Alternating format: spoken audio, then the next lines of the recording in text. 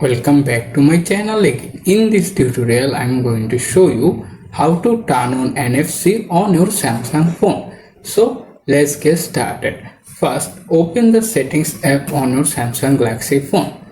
Once you are in the settings, scroll down a little or use the search bar. Here, you can simply search for NFC. After that, search it.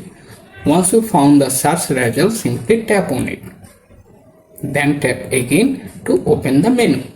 Right now this option is turned off by default my Samsung phone. To turn it on, simply hit the toggle button and automatically turn on NFC on your Samsung Galaxy phone.